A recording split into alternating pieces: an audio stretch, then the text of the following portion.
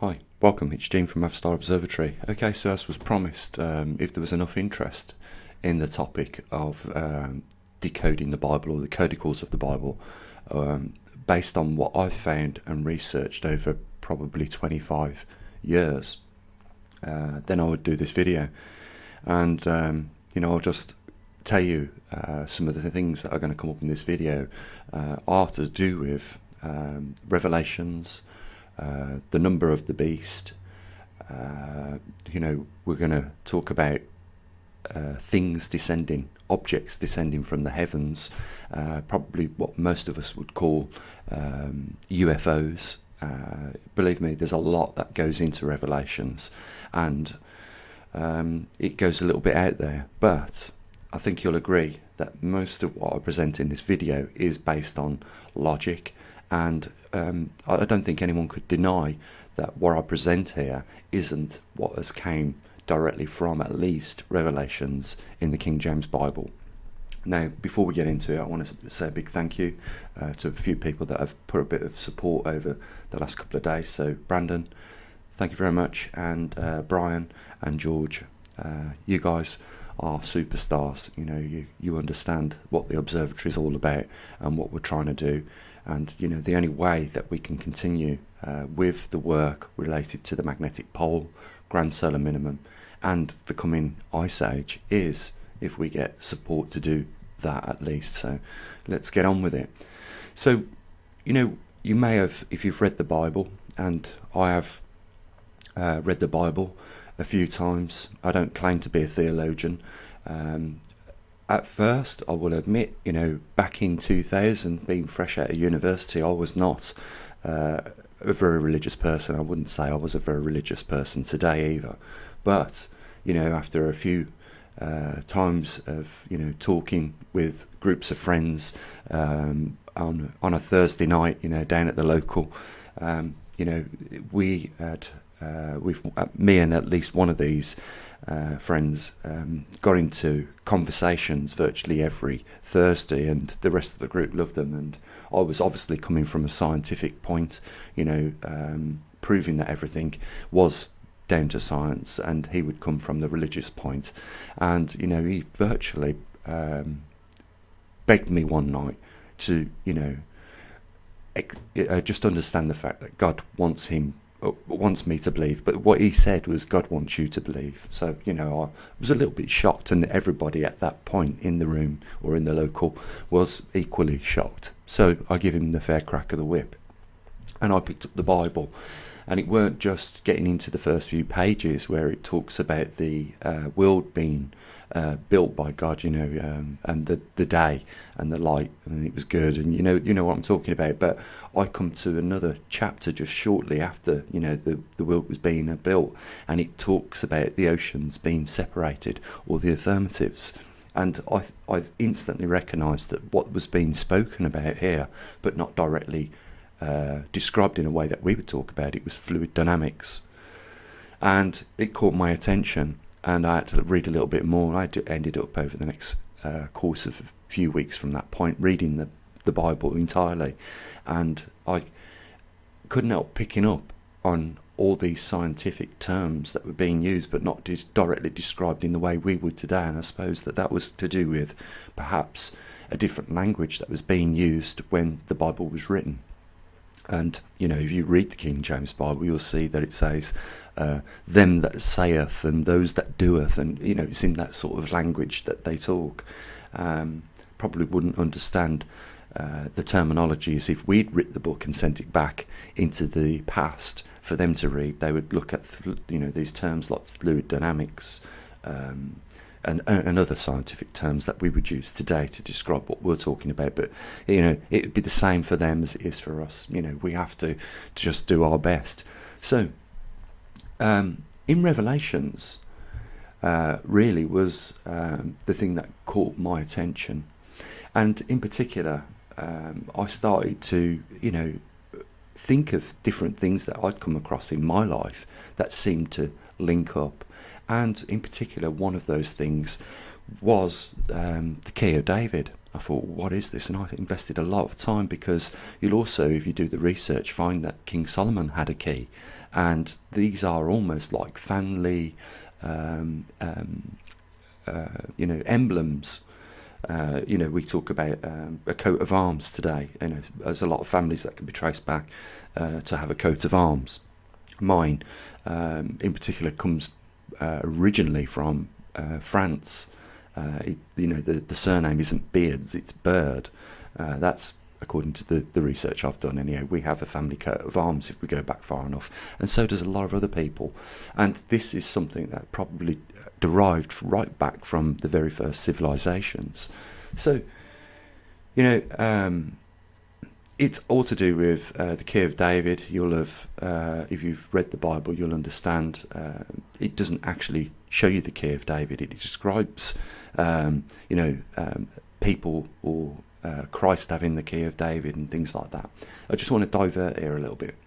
And, I don't know whether a few of you are aware that David Icke came out on TV around 20, 30 years ago and claimed to be the new Messiah on TV, and was pretty much laughed and ridiculed off. One of the things, I suppose, that Terry Wogan, when he was interviewing, would have said was, well, have you got any credentials to prove that you are who you say you are? And I don't believe that David Icke did have any credentials at that point. He may have been aware of some things that a lot of other people weren't aware of, and maybe an ego trip was going way too far out of hand, and he claimed to be, the new Messiah. But if David Icke had have had some credentials, such as what I'm going to show you perhaps later on, a few more people would have paid a little bit more closer attention to him, and may well have believed him. I'm going to show you the key of David, and I'm going to show you how this has been arrived from the Bible. It isn't the exact copy, but everything and all the information there that is part of the key of David is what I'm going to show you. And I don't think that the Vatican would be too pleased for me to do this, because I think if anyone does invest a considerable amount of time, they're going to come to the same conclusions as what I have with regards to that. So there's something unique coming up in this video, and as I promised as well, I would talk about the universal equation a little bit, because I think it's all related, especially in this day and time that we're in right now. Some people would say that we are in end times, and they wouldn't add anything to that.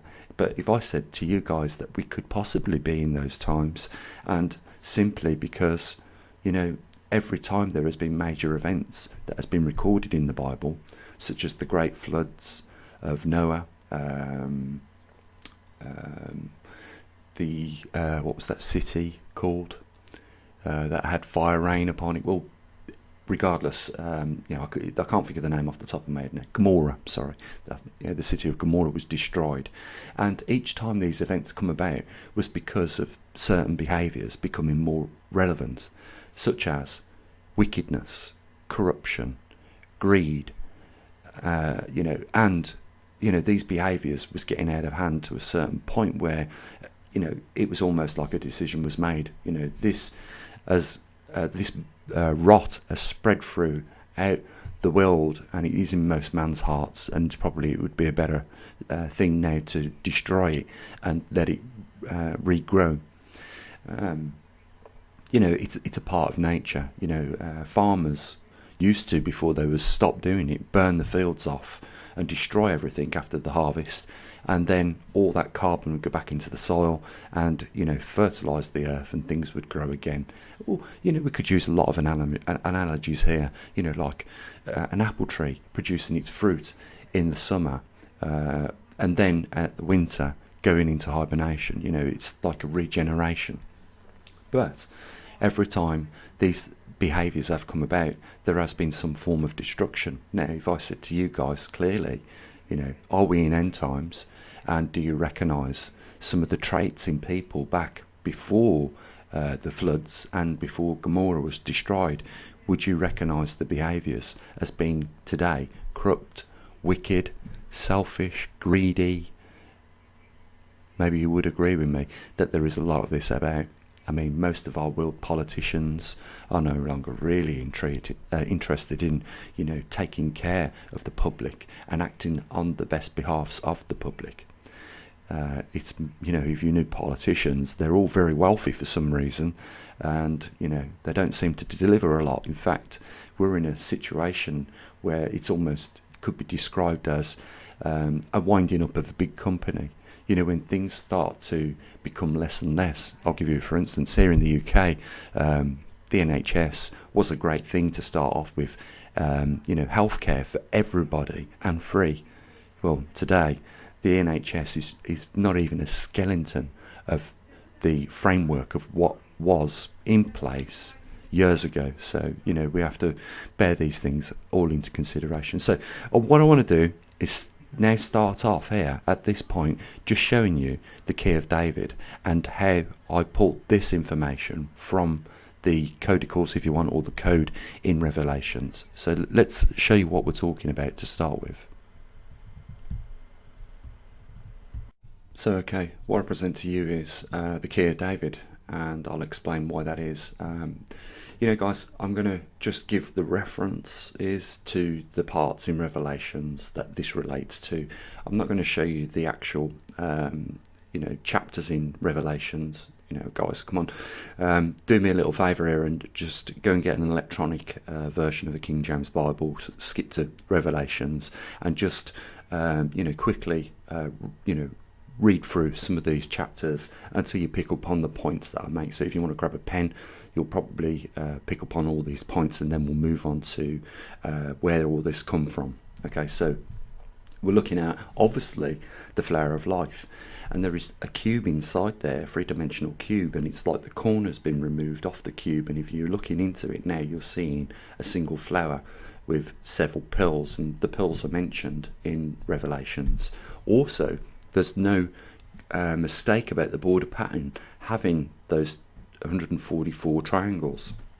It is also the width of the wall that was measured by the angel, 144 cubits as it was mentioned, but it's also a representation of the 144,000 servants that have something sealed in their foreheads, and you can see the names of the tribes that make up the 144,000. They're individually split into 12,000s, and each of the border pattern you'll see makes up 12 of each tribe, and you can see the names of the tribes around the outer border pattern.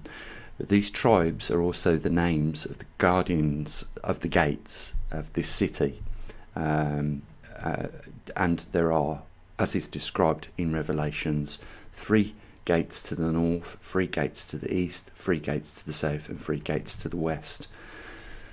Okay, so we've got the names of the tribes that make up the 144,000. The border wall is 144,000, but it also talks in Revelation when describing the descending bride, which can only be, in my view, a descending object from space. It describes it as coming from the heavens, so it's definitely coming from space, and if that's the case, we would describe that as a UFO. But it also says its width and its breadth and its height are equal, so we know that it's talking about a certain platonic shape.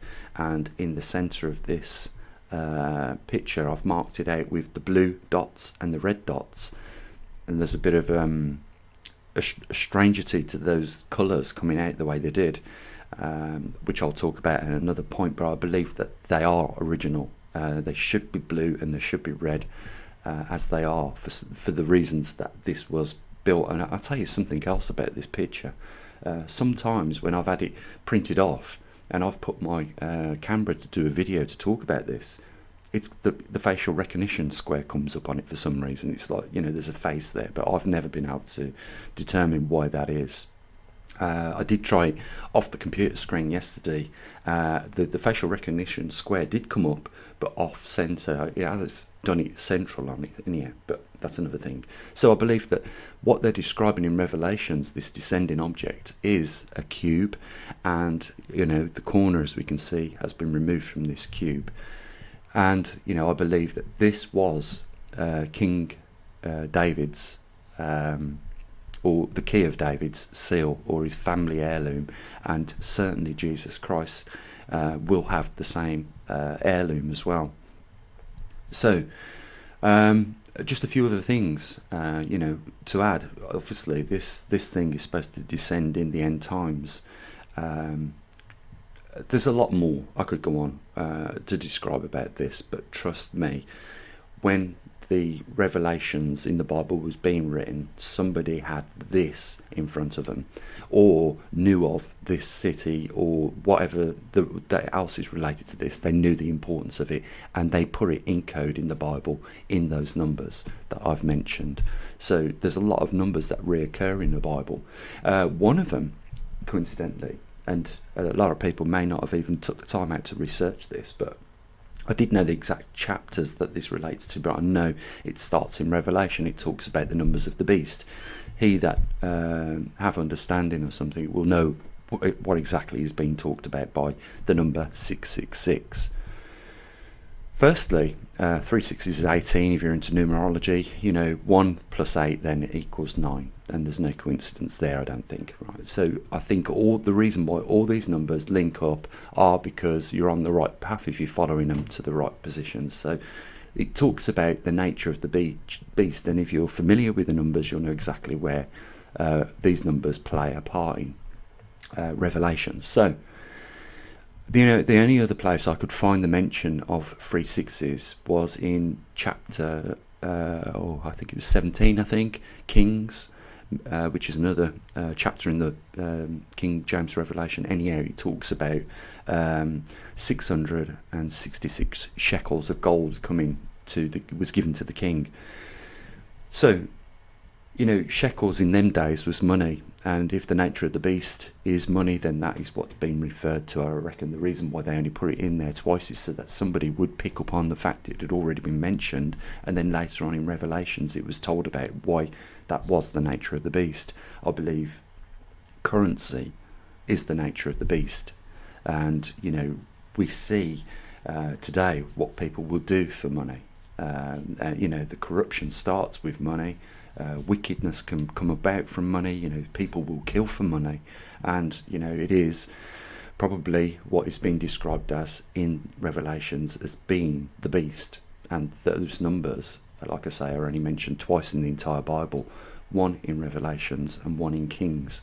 So we build up an idea of why Revelations was promised to be in a time of tribulation, the end times. And we know that certain behaviour is going to lean towards being corrupt, wicked, spiteful, and we know from reading the beginning of the book that when these behaviours came about, then certain catastrophes took place shortly after. So we're in a time where we've got money corrupting people. People will do pretty much everything for it, and we know that as a result of that, the behaviours come about more rife. I mean, let's just look at the condition of our earth, and we know that even good people, in order to help their families, will do the wrong thing, and we see this coming a lot now from scientists in these big organisations such as NASA that know what they're doing is a complete lie and a fabrication with regards to CO2, yet to keep their jobs. Some of them have been threatened. If they tell the truth, they'll lose their job, and others will simply just do it to go along with waxing their own pockets rich and making themselves fat and greedy. So I want to show you a few other things that have recently happened in the last 20-30 years here in the UK that have turned up, which I find remarkable. But before we do that, I just want to show you something else, because I've mentioned the number 9. as being a very important number already with regards to those 360s equaling 18, and if you're into numerology you break it down, 1 plus 8 equals 9. So where would 9 fit on this if we're on the right track with everything? Let me show you. So before we move on, if we are on the right track like the bloodhound with the scent, then obviously more things should come into play. So again, we're looking at the flower of life. I've played about with this a lot, and the only way you can get these numbers to fall in the right place is by overlaying them the way I have. Again, we're looking at the flower of life where I've removed the outer perimeter of 144, but if we're on the track, all the numbers should fit. So to start with, 144, if we break it down in simple numerology, 1 plus 4 equals 9. I've done it at the bottom there for you. So again, no mistakes with the first picture we was looking at with the key of David. The numbers equate to 9. But when you overlay numbers 1 to 9 on that cube, they all add up to 9. So something is more important than anything else about these numbers. Is obviously pointing to 9, and we're going to get into this a little bit deeper with the universal equation, and I think it all plays a part. So there's a little bit of a journey we're going on now, guys, but let's just go through the math, right? So okay, we can see 9 on the very far end of the cube inside this picture. Okay, 8 plus 1 equals 9, and notice that these are horizontal to each other, these numbers. 7 plus 2, again 9. 3 plus 6, 9, and 5 plus 4, 9. Now, I'm going to show you some crop circles that was put in the UK within the last 20 to 25 years, and the significance of them is where the other numbers that we've worked out here, like 4 times 9 equals 36, 4 times 36 equals 144, and then, you know, 3 and 6, if we do the math, 3 plus 6 equals 9. So all these things are coming up a 9. Right, so we know that we're on the right track. We know that there's no coincidence that these numbers can be laid out on here by simple mistake and still get the same picture as what we're seeing over on the other side. We've got the cube, the circle missing.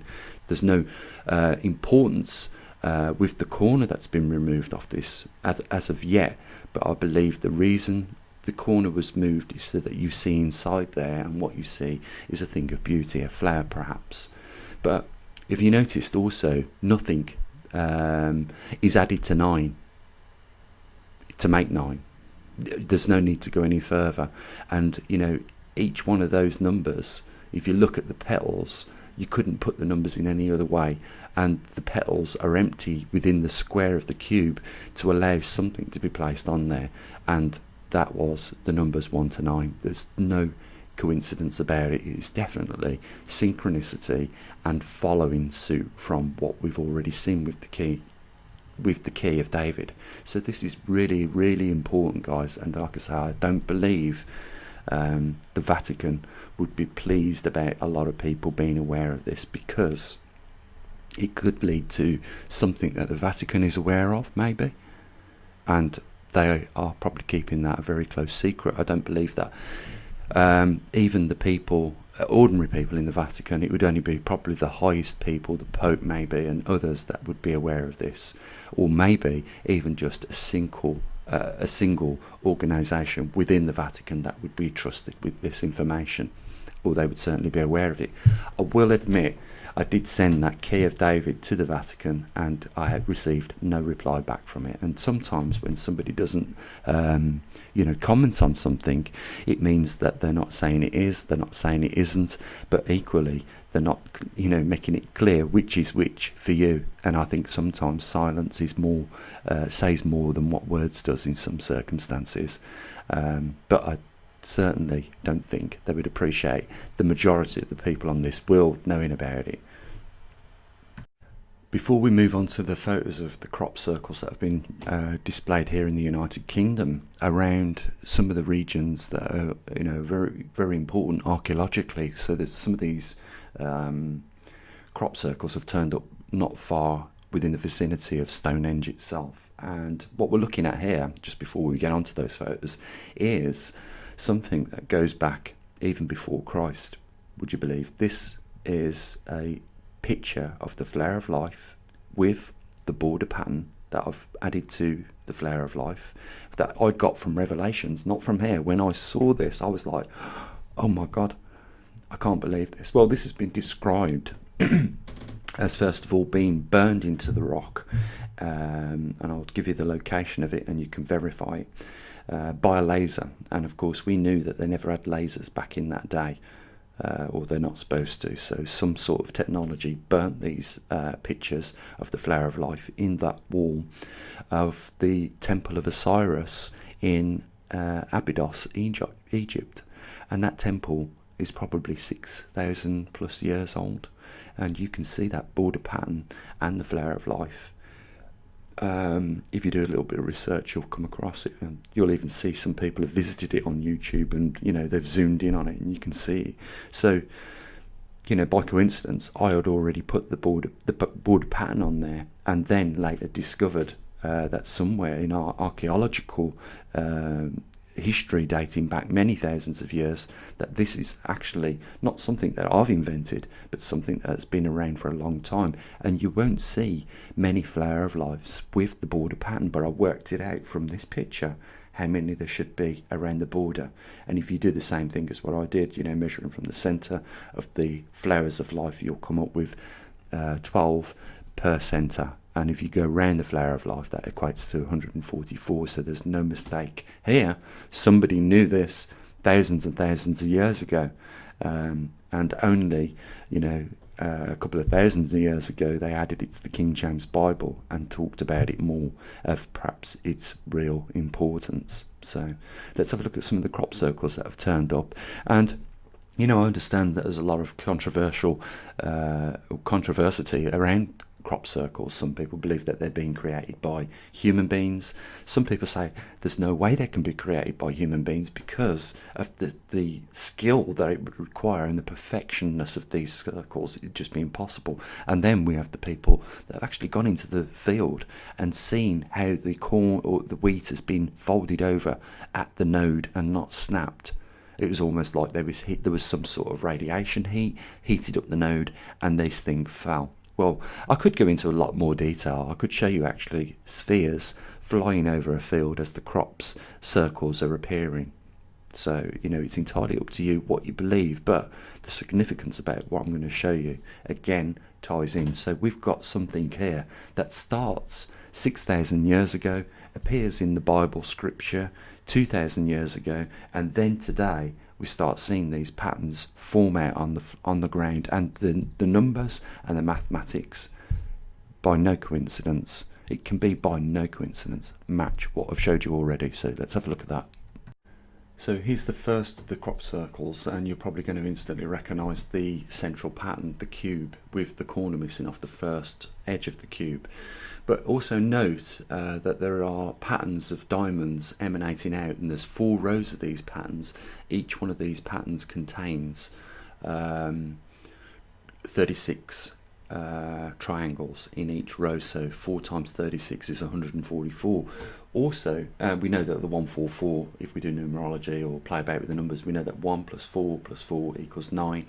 But not only that, this crop circle was put down in 2007, so 2 plus 0, 0, and 7 equals 9 again. So, all this is, by just not coincidence, relevant in all this. First of all, we have the border pattern of 144 triangles. We have the cube within inside, and the cube has had the corner removed, and we see a sun. Maybe it's referring to the coming Son, or the Messiah, or Jesus Christ returning.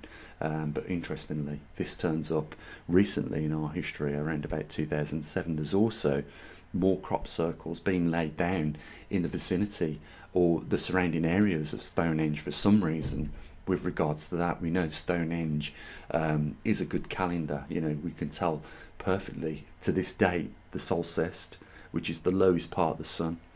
Again, something to do with the sun, the lowest part of the sun of the year during the winter sun solstice, and then the highest part of where the sun rises in the summer, at the summer solstice. So I don't think that's a coincidence that this is referring to the sun. I mean, even if you look at it, you can see it looks like the outer triangles are the blazes coming off the sun. So it could be to do with, as we look back into the Bible, something relevant, and that relevancy could be coming back, shortly in our times. We certainly are starting to draw, the lines to behaviours. The beast numbers, again, all have something in common, and that is the number 9. And I don't think anyone could argue about Revelations 21:17, not referring to this image that we're looking at, or the images that we've seen. And I think the commonness about them all is that they all relate simply down to a number, and that is 9. Here's another crop circle, again 36 blazes coming off the three-dimensional cube inside a cube. I think the reason why this is connected is because the time at which it was put down in Bolden near Oxfordshire, again in 2007. I instantly see that there is something familiar with this first crop circle to the one I've showed you. Not only is the 36 blazes that are coming off around the edge of the cube inside the cube, we know that 3 plus 6 again equals 9, so that reference the importance of that number again. Again, here's another crop circle, and there's another one that I just want to show you before we move on to something else. And again, another crop circle, and I think you'll agree with me that all these crop circles that we're looking at have the same things in common. The cubes within a cube, the numbers or the numerology that they're using to build these things are all relevant to what we've been talking about and discussing in here. But what is, what is going to come of this? That's the thing. I'll leave that down to you to make your decision on what that is, but I just want to show you one last picture. So this one's a little bit different. This was taken by NASA's spacecraft Cassini of the North Pole of Saturn. I think you'll agree with me, but what we're looking at is very similar pattern to those crop circles and the Key of David. But in this case, if we argue that somebody could have, tried to convince the public that these crop circles was done by extraterrestrials or some other form or force, then obviously, how do we explain this? Human beings couldn't have altered the jet streams on Saturn and produced the same picture of what we're looking at. If you pay a bit more attention to this this satellite photograph, you'll see that there's pretty much the same thing as what we're looking at on the ground in Wiltshire, Oxfordshire, where all these other crop circles have been put down in the vicinity of a very ancient monument in this country, the United Kingdom, and we're talking of course of Stonehenge. So we're looking at Metatron's cube. If you're not familiar with what that is, this was supposedly given by the Egyptian god Thoth to man. It was so that he could teach man geometry, mathematics, and the ability to write languages. We know how many years, thousands of years this goes back, but I believe, and I've done some work on Metatron's cube, and I have already found that one thing that leads to all of the information provided in those platonic shapes is simply that of a number 9. And this goes even deeper, guys, but in this video we have reached really the peak of the 30-minute deadline. So we're going to have to finish it off in another video, perhaps tomorrow for you. But we haven't even touched the subject of the universal equation, and that is all about 2 specific numbers that I believe are the binary language of this universe. If you're interested in that, then tune in tomorrow with that, and we'll go over that, because this is the universal equation is really the pinnacle of everything what I've showed you, and I believe it, that they were aware of this when they read the Bible. They were aware of this when they built the temple in Osiris in Abydos, Egypt, and they were aware of it as well in the dynasty of the Egyptians, as well as perhaps the time when even Stonehenge was built itself. So we are in a very interesting time where we are seeing crop circles being laid down. We know that certain behaviours are coming about, and we have definitely, I believe, got it right with regards to whatever message is in Revelations. It is also the root of a numerological language, and we can work out, if we use the universal equation, what that numerological language is. So you know, the next part of this part 2 of this video is going to touch on the subject of the universal equation and how important that is. And like I said, you know, when there was a couple that listened to me talk about the universal equation, both him and his wife at the end of that were in tears. So it can be powerful for some people. You know, it can give people, you know, a little bit of knowledge that there is something else taking place in our universe. And I'll just give you a little teaser of that. Guys, if there is such thing as a universal equation, and it is done in a numerological, numbered way, then that is in itself universal. I mean, Chinese people might have a different symbol for the number 2 and 3 and 4, but if they're holding those objects up in their hand, they're going to hold the same amount of objects as what I would or you would in America or Australia or Canada. There would be 3 objects. So the universal language is mathematics. So it doesn't matter where you come from in this universe, you use the same mathematics but different symbols to represent them numbers. But if I'm getting these equations that all add up to 9, then someone on another world within our universe is also doing the same thing, and therefore there is a universal understanding that, first of all, that this universe, as I know now, is creating in a logical manner.